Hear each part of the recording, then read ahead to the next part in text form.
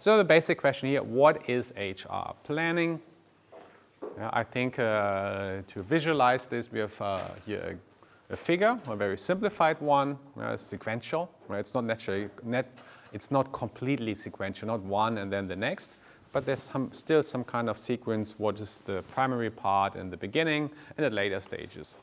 Yeah, we begin with we have global strategies. Yeah, so we talked about global strategies. Remember, we have global strategy, transnational strategy, and so forth. Different kind of strategies.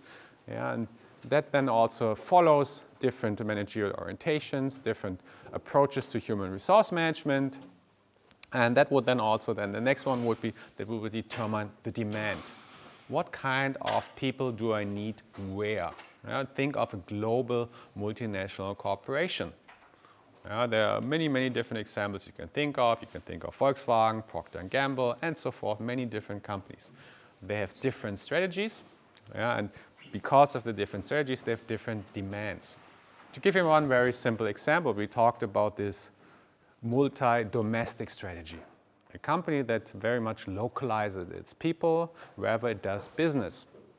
And that means also if you pursue such a global, such a multi-domestic strategy in terms of work demand, you have demand to hire people in all of your markets you operate, not just the staff, the service personnel, the technical workers, but also the key personnel. Could be key engineers or could be also top managers and so forth.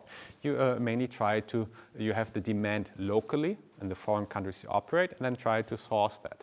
Yeah, that is demand, and then you have the demand depending also on your strategy and your business operation and so forth, and then you look at the supply.